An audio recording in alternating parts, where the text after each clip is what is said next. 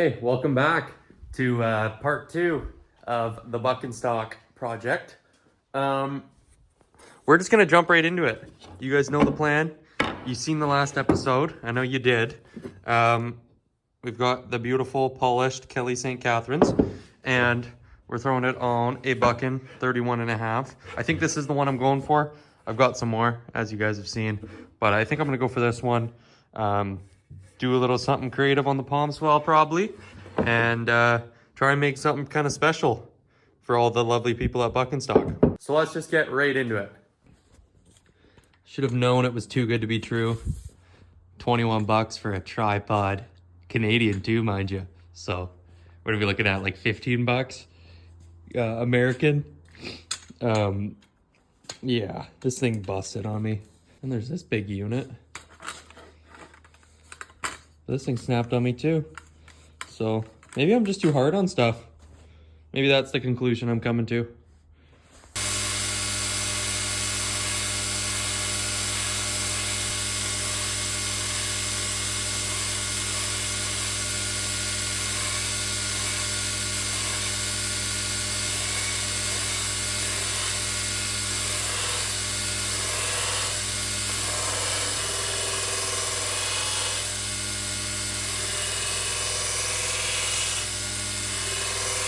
I always love when I get to this part where I can finally slip the head on and kind of start to see the vision. So there is the vision, and it's looking really, really nice. Something that happens to me, I always chamfer the edges. So on the bottom of the axe head, I always chamfer the edges. I know that's pretty common knowledge with people that have been hafting axes, but if you don't know, it seems to be a good idea to just chamfer. You can use a file. I use the die grinder, and just chamfer all of these edges kind of on a 45. It allows for a better fit, and you don't end up with this peel. So you can see it's biting in there and peeling it all up and kind of making it ugly. I actually did already chamfer these edges, but then when I go to polish and I'm sanding down the bottom and everything like that, you end up actually grinding that surface layer just a little bit below. So I'm gonna have to chamfer these one more time. But other than that, it's coming out really, really nice. And this head, for a vintage head, I think this is one of the straighter ones I've worked on. Like I said earlier, it is almost lined up dead straight with the peak of with the eye there. So I'm hoping this doesn't give me too much grief, but you know how that goes. So I'm just gonna chamfer these edges and then I'll get right back to it.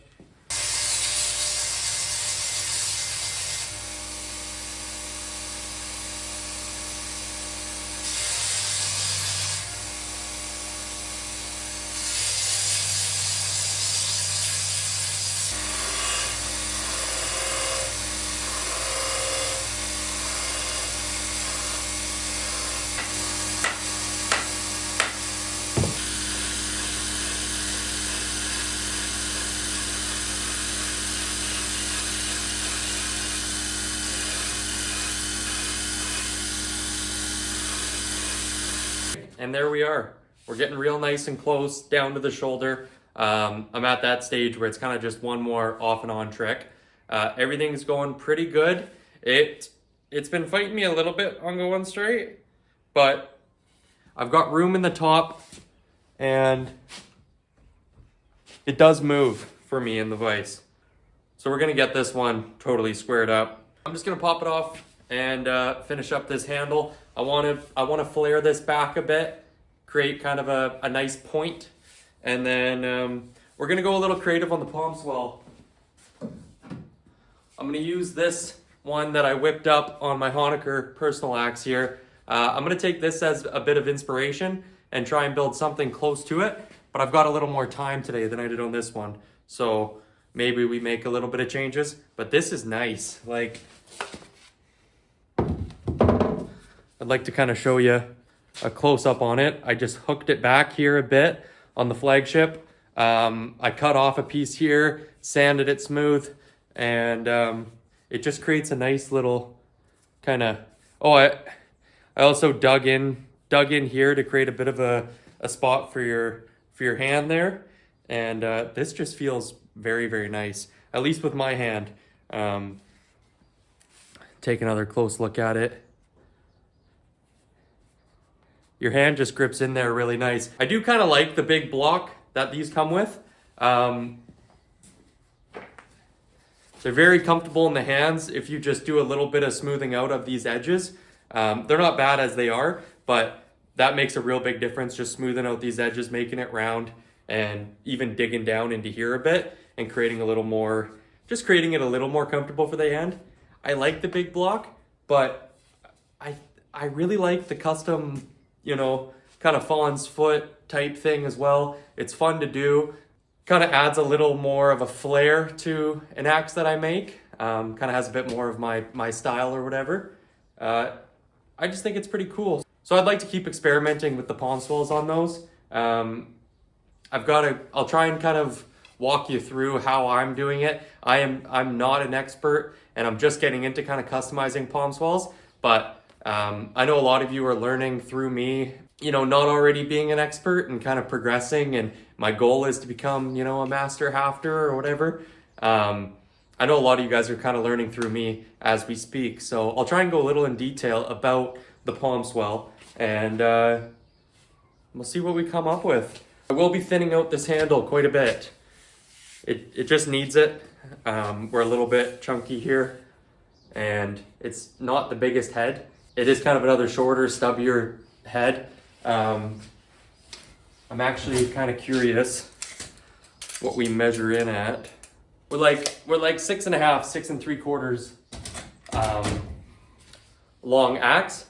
So it is kind of stubby. And so I'll be thinning out this handle and just, you know, the palm swell and all that, making that a little bit smaller.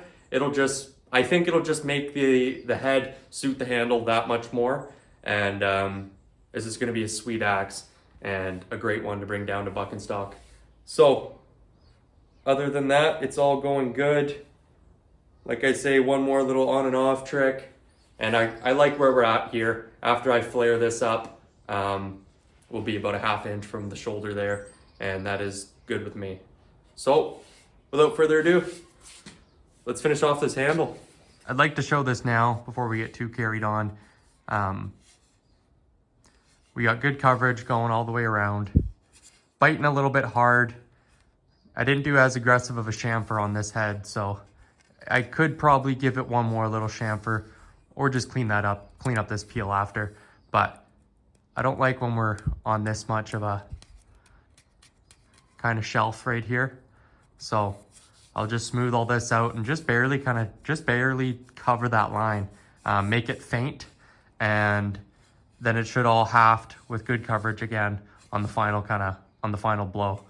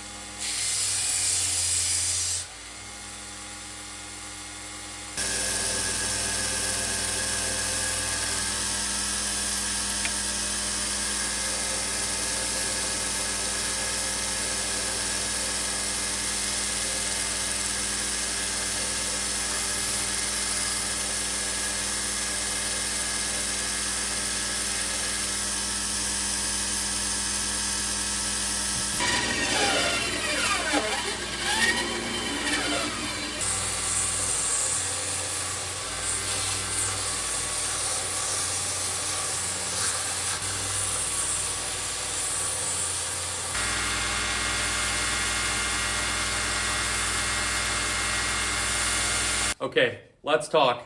I've got the palm swell kind of roughed in right now. All I did is I just dug into here, kind of made it more of a hook.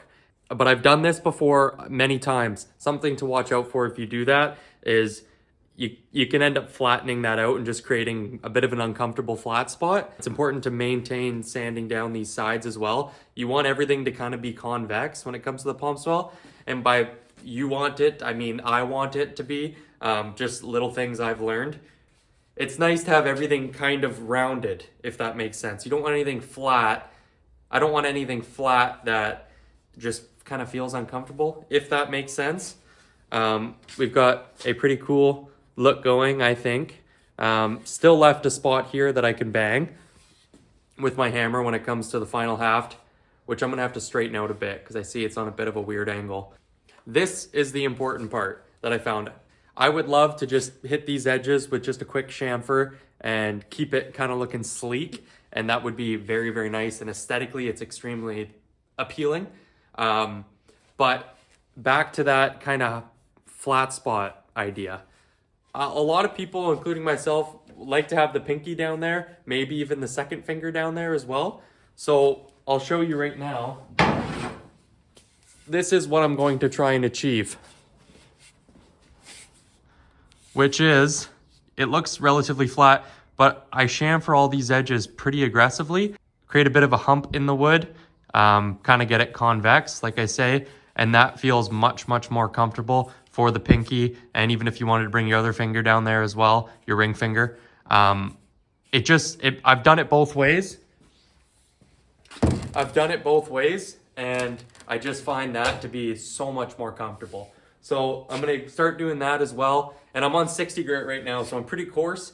I'm gonna switch over to the 120 after that, finish off thinning it down, kind of smooth out what I can. And then I like to do a lot of palm sander work. I'm not very good at getting everything kind of nice and smooth. It always seems to leave unwanted lines, this belt grinder. Like I say, I don't really have the talent to make it perfectly smooth. I know some guys do, and that's pretty awesome. But I like how this is coming out. It's just a matter of smoothing it all out now, kind of making it nice and uniform. And we'll go into what I'm talking about chamfering the bottom here and kind of creating it, making it a lot more comfortable. All right, so I'm gonna leave this clip a little bit longer here. I did explain it beforehand, and I think I go into further detail after this point, but you'll see me just bounce around from that wheel, that contact wheel there, and then the hard surface there. Just going, basically managing between straight hard surfaces and then working some convexness with that contact wheel. I can't stress enough how much more comfortable I've found it being, just creating a round bottom. If you're into that thing and you're putting your pinky finger and maybe your ring finger down below, you see I'm just all over the map. Now I'm creating a bit more of a hook in the back there. But just getting it round. I've struggled with this quite a bit with customizing palm swells, and I find it myself, but then also going over and talking to Buckin and really just going over palm swells, because these are a new thing for me, and keeping it all round is what I've found to be my biggest key to success in just early on messing around with these palm swells. I'm sure they'll evolve as everything does.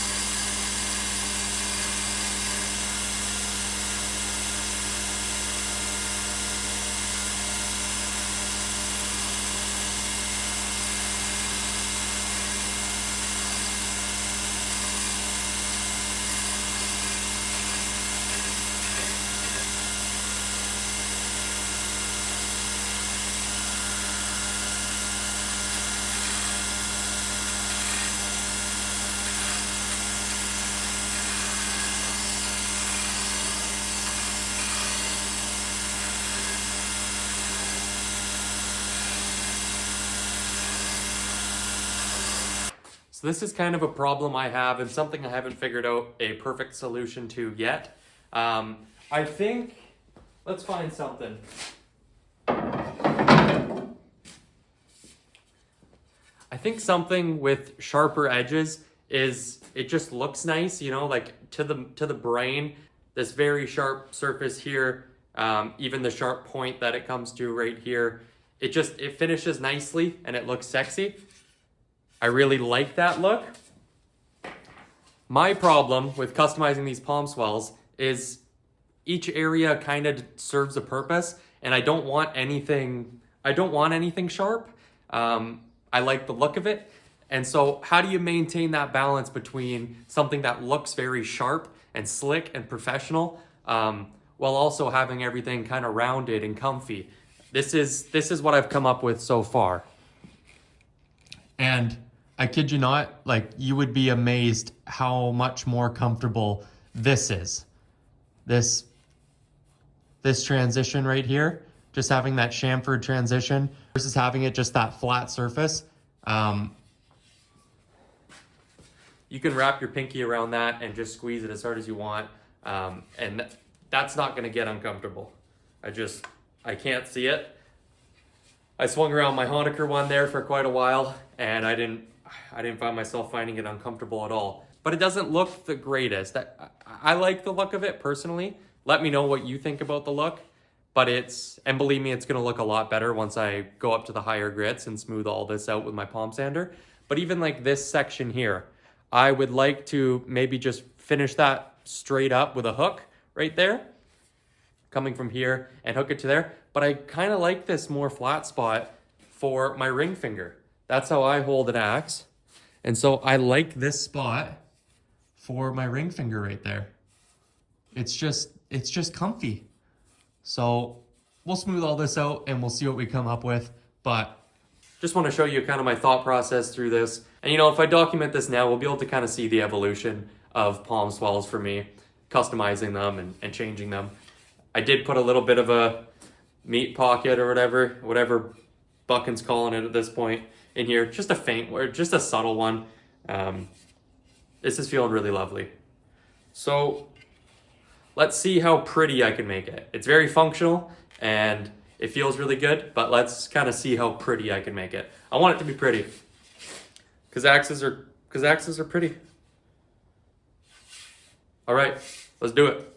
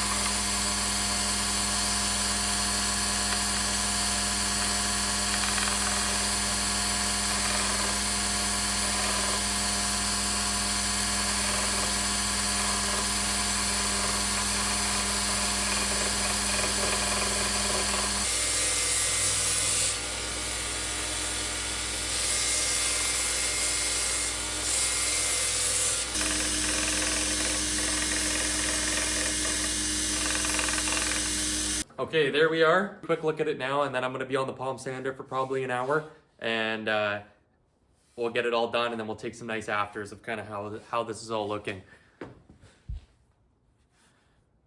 Here we are with the palm swell. I've thinned it out quite a bit, as you can see. And then I tucked these corners in as well. So I brought this to a bit of a sharper point, and I'm gonna exaggerate that a bit with my palm sander. But I also tucked in these edges a bit, sanded those down, and just trying to make a sleek axe. So that's the plan, that's how it's going. This is still kind of weirding me out a little bit, just this belly here. But I think we'll get it with the palm sander and make it all look nicey nice. So I just spent probably an hour and a half on this handle, just with my palm sander. And it's actually looking very, very nice. So let's take a look. here we are. I just tried to smooth everything out down below there, and there's nothing too kind of sharp or nothing like that, but I think it looks kind of cohesive and smooth. This handle I thinned down a lot, so maybe we'll have better lighting in here.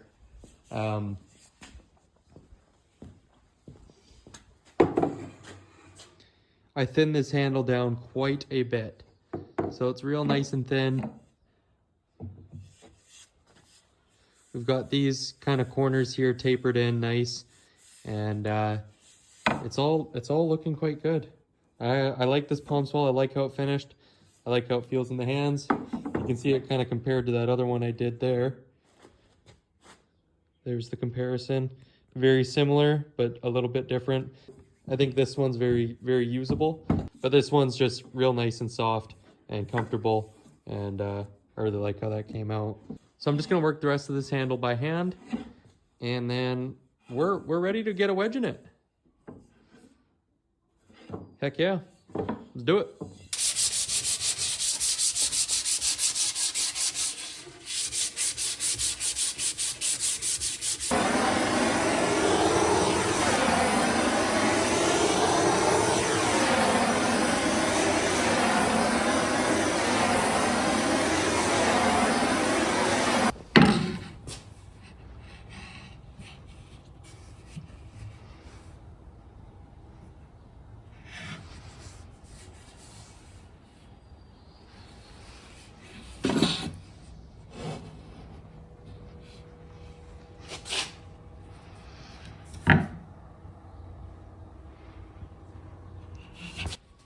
Okay, I've got a bit of time left. I think I've got about an hour and a half here. That burn came out incredible. Like one of my better burns, I think. For some reason, it just darkened up really, really nicely. The grain on this axe is just incredible. So I'm real happy with that. And we're gonna have this. We're gonna have this sucker. Yes, we are. We're gonna do it right now. Nice. Very, very nice. That's sitting like dead straight for me right now. We are on there good. So there we are. That sat quite nicely. You can see our gaps are filled. We've got a little bit of peel going there. Nothing too bad. So I'm very happy with that. I'm feeling really, really good about this. I got a lovely, lovely burn on it. All that's left is wedging it. So I really hope we get a good wedge in here. And I think if that all goes swiftly, then this is totally, totally up to my standards and ready to be sent down to buck and stock. That's the plan for this axe.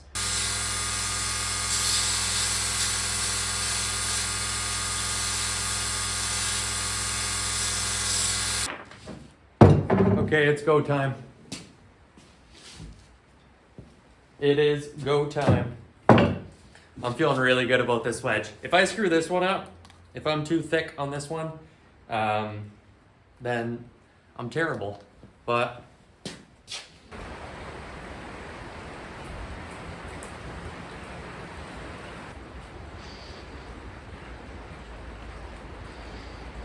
we're looking good.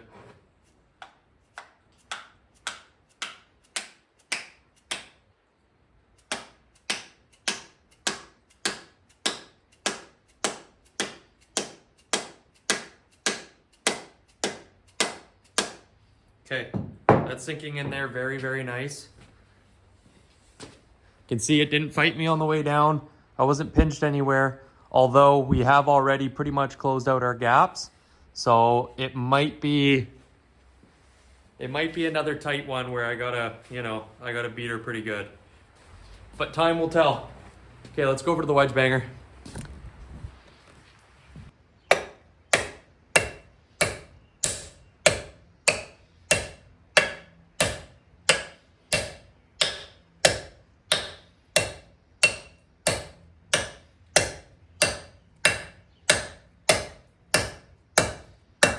I'm actually gonna shave this back real quick, and then we're gonna see if we can get it down a little more.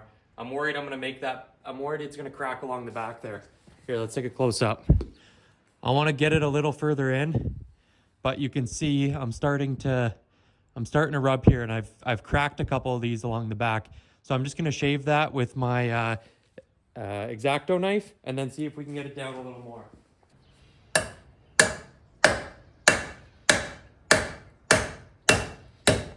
Oh man, I hate when I do that. Just mishit it.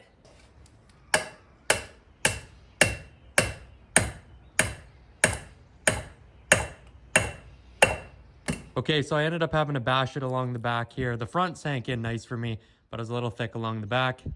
It is what it is. It's a good hang. Feel very comfortable with it. But let's clean it up and take a better look.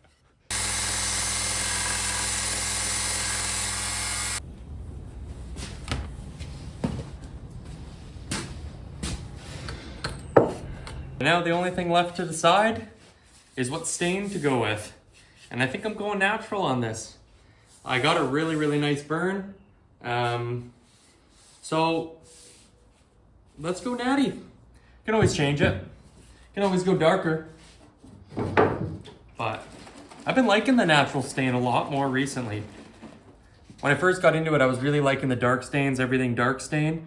But I've been changing my mind on the natural again recently. And it just looks cool.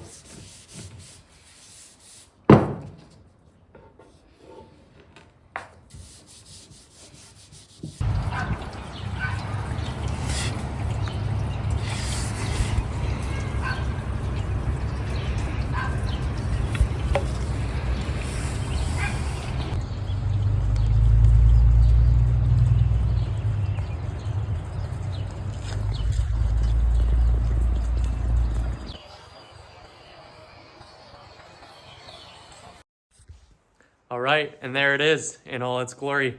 I'm super, super happy with how it all came out, and I think it makes the cut for buck and stock.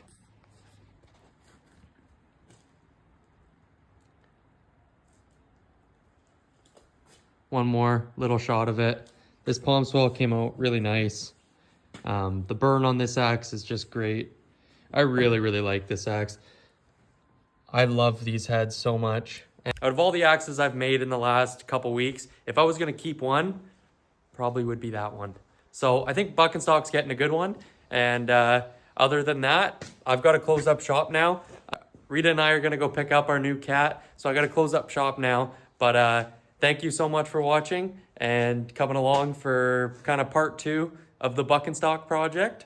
Tomorrow we're tackling a good one.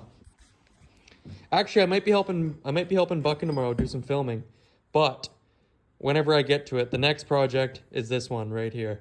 I think this might be a Dandenong. There's no stamp on it though, but it looks a lot like a Dandenong, and it's kind of it's got a sharper profile. Definitely needs some work, but it's in fairly good shape. So that's gonna be my next project, and I'm going on wherever it is, the Sheriff for that one. So we'll have a 31.5 and a 34-inch handle, both bucking handles for buck and stock. That's the plan, and I quite like it. So, love you guys. Thanks for watching, and I'll catch you on the next one.